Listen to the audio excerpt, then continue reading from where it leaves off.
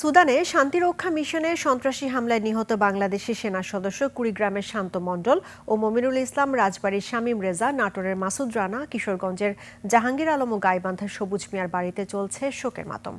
নিহতদের পরিবারের দাবি দ্রুত মরদেহ দেশে ফিরিয়ে আনার। কুড়িগ্রাম, রাজবাড়ী ও নাটোর প্রতিনিধির তথ্য ছবিতে ডেস্ক রিপোর্ট।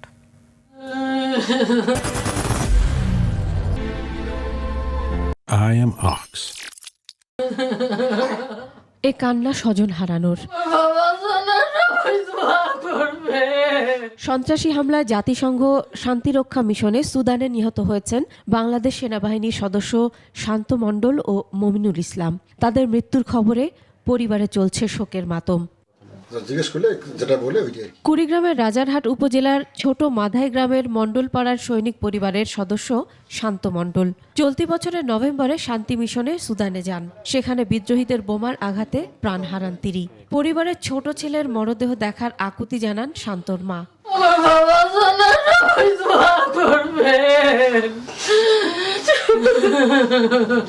ওনাকে যেন আমরা তাড়াতাড়ি আমরা যে ফেরত পাইতে পারি।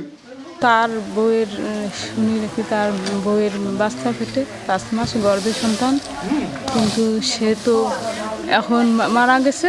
অপর বীর শহীদ সেনা সদস্য মমিনুল ইসলামের বাড়ি উলিপুর উপজেলার উত্তর পাণ্ডুল গ্রামে। সেখানেও চলছে শোকাবহ পরিবেশ। নিহত সৈনিক শামীম রেজার বাড়ি রাজবাড়ীর কালুখালীর হোগলাডাঙ্গি গ্রামে। শামীমের মৃত্যুতে বাকরুদ্ধ পুরো পরিবার। গত শুক্রবার বাড়িতে ভিডিও কলে শেষ কথা বলেছিলেন শামীম। শামীম রেজা চলতি বছরের 9 নভেম্বর সুদান যান। ছেলের এমন মৃত্যুতে সব স্বপ্ন শেষ বলে আক্ষেপ করছেন বাবা।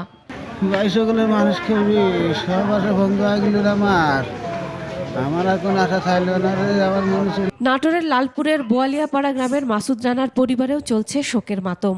8 বছরের শিশু সন্তান নির্বাক বাবার মৃত্যুর কথা শুনে 2024 সালের নভেম্বর মাসে শান্তিরক্ষা মিশনে সুদান যান তিনি।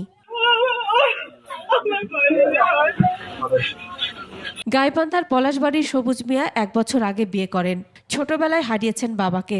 তার মৃত্যুতে মা, স্ত্রী সহ পুরো পরিবার শোকে স্তব্ধ। দ্রুত সবার মরদেহ দেশে ফিরিয়ে আনার দাবি পরিবারের।